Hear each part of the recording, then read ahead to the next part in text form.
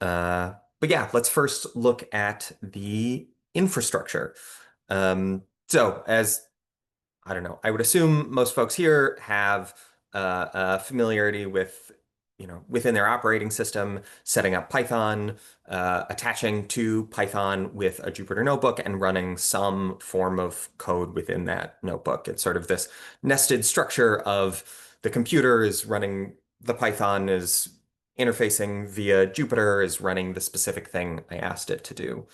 Um, when we add DataJoint to this, we are setting up DataJoint in such a way that it interfaces with something, depending on your structure, it's either on the same computer or it's not, but it's connecting to something that we should think of as separate. It's connecting to this MySQL instance that runs differently from how Python runs. That is, there's lots of information out there about what a relational database is and what the goals of it are. But for our purposes today, we'll just say that DataJoint is the interface between what we're doing and the table structure on some sort of server backend. When you import a data join table, either in the context of Spyglass or in your own separate from Spyglass data join table, it's DataJoint's job to connect to that MySQL server, make sure your credentials are right, attempt to look at what the table already has in it. If the table doesn't exist, attempt to declare it. There are all sorts of permission structures around what we would expect that to what we would expect to happen there. But yeah, DataJoint is our interface between Python and SQL. So from the perspective of an experimenter in a more traditional way of doing things and the way I did things as a grad student, I had various spreadsheets for different levels of data, a spreadsheet for my subjects, a spreadsheet for my sessions. Sometimes those were one and the same for different projects. There were subjects with multiple sessions that merited different structures there. Maybe a sticky note where I kept my analysis parameters, and then a separate spreadsheet for an analysis. And all of the information and how those pieces relate to one another in that way of doing things tend to exist in the head of the experimenter, in the mind of the person who set all these things up, for whom it makes perfect sense to do things this way.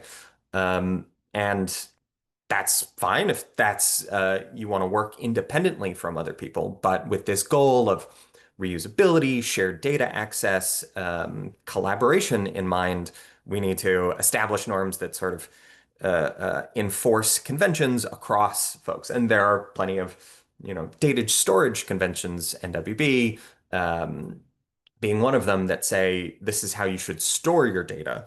But when it comes to the sort of pre-processing and moving things from one step to the next in the collection and analysis phases, it helps to think of those table spreadsheets as tables that exist on the SQL Server.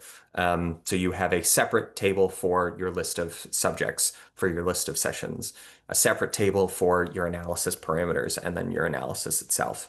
We break these pieces up and consider a subset of the columns in each of those tables to be identifying uniquely or uniquely identifying information for a given row, marked by asterisks here.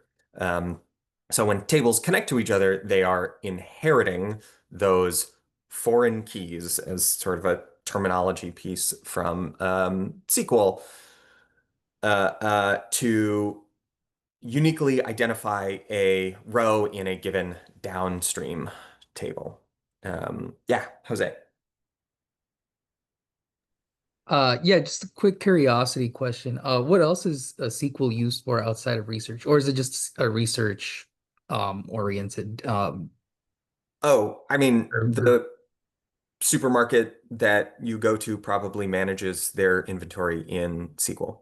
They're not running like SQL queries. Most people don't do that. They interface with like some Microsoft product that shows them the databases behind the scenes. But like professional logistics and data management and like, you know, all meta accounts somewhere are probably stored in some SQL table. Yeah, this is DataJoint is one way to do it, but sort of DataJoint is the way that scientists are using Python to leverage the capacity of relational databases uh, uh, without having to learn the syntax of them. Yeah, Yeah, got it. Thank you. sure. Uh, yeah, so to put that terminology on the screen, I'm going to be talking later about sort of the flow of data. Downstream refers to the relationship that sort of goes in the direction of the arrow, down the stream of data flow as opposed to upstream.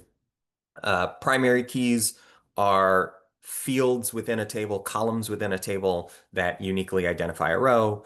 Secondary keys are additional information related to that row, but it's pieces that may not uniquely identify. Foreign keys are any reference to another table where foreign key referencing, often a primary key from another table. Um, and that is how we're just sort of in general structuring the data on the SQL server. Uh, this process of like developing tables, database design, it's this conceptual mapping between the way one individual thinks about the relationship between these pieces of data, these entities, but it is a whole job into itself of sort of database engineering to decide what the appropriate conventions are. And in the case of SQL, it's often us deciding these conventions that we then have to live with for a very long time until the massive project of moving from one database structure to another. And that's a nightmare of a migration process and new standards and all these things. But it often means that if we declare, for example, that a session has one subject in it, um, we are setting up sort of a assumption maybe we didn't know we had at the time that prevents us from cleanly doing multi-subject sessions with this existing database. There are ways to get around it. There are all sorts of hacks and less than pretty things you can do. Um, but that to say that if you have encountered yet, and I'm sure you will someday, a part of Spyglass that is not well designed, I'm sorry, but it is sort of a fact of life that we have new assumptions or want to do new things with something that's a little bit set in stone on the SQL side, and it just becomes a question of how much work are we going to put in to yield whatever novel piece that we would want out of sort of violating one of the assumptions that was present at the time of declaration. So yeah, to summarize this section, SQL is the programming language for relational databases. DataJoint is the mapping for us that takes a lot of our Python queries and turns them into SQL queries that it then runs on the database without us knowing. Um, the additional step or the additional sort of magic of DataJoint that I didn't quite cover here is the association between a Python function and a table.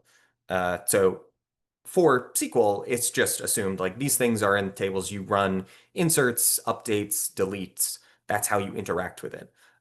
When it comes to taking a piece of data out of one table, looking at a file, running some relevant operation on it to spike sort, to do some sort of processing, um, you can write those scripts in Python, but DataJoint is the piece that says this function is associated with this table, and it grabs those pieces of upstream information to insert into self, into the table it's associated with. Um, the DataJoint in the way it will allow you to declare tables is opinionated. It sort of restricts the full possibility of SQL with this idea of it's an acyclic graph. There's plenty of data joint documentation that's written with sort of database design expertise in mind, that says, there shouldn't be cyclic relationships within a table. You shouldn't be able to uh, uh, have a foreign key reference to another table that goes back into the first. Um, but this idea that a good scientific experiment doesn't have those kinds of cyclic operations. Um, what's curation? What's multiple passes on a data set? Is that conceptually one table or multiple? Um, there are places you can sort of hack violate these assumptions, but there are error statements in the context of data joint that you may encounter if you try to violate them in the data joint syntax. Uh, So the table structure and the pieces inserted into the tables is what is stored on SQL. You may have your NWB files on disk. And then in addition, you have your Python table declarations and Python function declarations stored somewhere in your Python files with um, table definitions that might be out of sync with what is actually on your MySQL server, as Gabby learned recently, with methods that may have been updated and may not be communal to your lab if not everyone is using the same copy of Spyglass. We do our best to make sure that nothing is breaking and that we're, providing exceptions for flags that we don't expect to exist in previous iterations. But when it comes to sort of responsible data analysis, it is a perhaps flaw of DataJoint that it is incumbent upon us as experimenters, as coders, designers, to keep very good version control across all of these things. To know when our Python script departs from the table definitions in MySQL, when our Python script, the make function, departs from the way previous data was analyzed. And to keep good notes on like when versions switched.